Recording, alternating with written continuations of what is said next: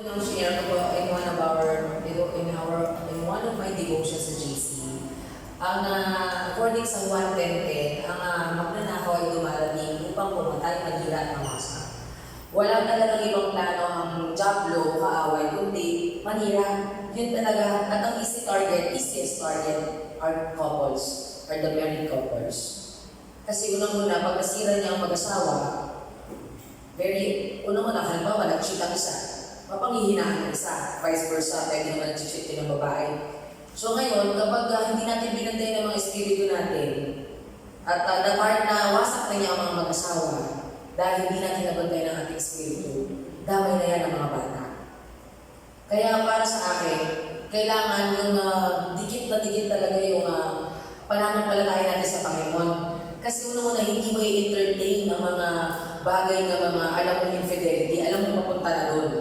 Okay? Kasi ang mga mag-asawa, usually doon naman talaga nasusubok. Kaya minsan yun talaga nagiging dahilan talaga. Kaya nagkakaroon talaga ng broken home. And based on my experience, 1 year namin sa ministry, dahil ni-interview ko sila sa jail. And most of them committed the crimes they have committed because they came from broken home. Dahil wala nang mga magulang nila na nagtuloy para sila ay gabayan.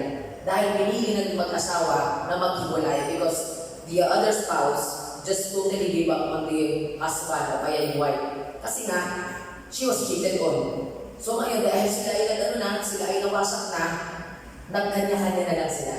And when the other spouse is wounded, any one of them is wounded, parang ang goal na lang nila is makaganti o makahanap na lang ng iba dahil para ipakita niya na kaya naman din kita palitan katulad ng ginawa mo sa akin. Nagiging selfish sila, wala na silang pakialam sa mga anak nila na maaapektuhan ang kanilang ginagawa. So it's very important that the married couples, especially the Christian couples, talagang lagi bantay ng espiritu, lagi may regular prayer life at saka nag-devotion araw-araw kasi nabibuild yung takot mo sa Diyos. Pag may takot ka sa Diyos, hindi ka mag-entertain. Hindi ka mag-entertain kasi nararamdaman mo na kahiya-hiya yun at hindi yun maganda sa kalooban sa Panginoon. And you will also start to fear what's gonna happen to your children. Ano yung iiwan mo sa kanila? Paano sila? Anong mangyayari sa kanila? Yun po.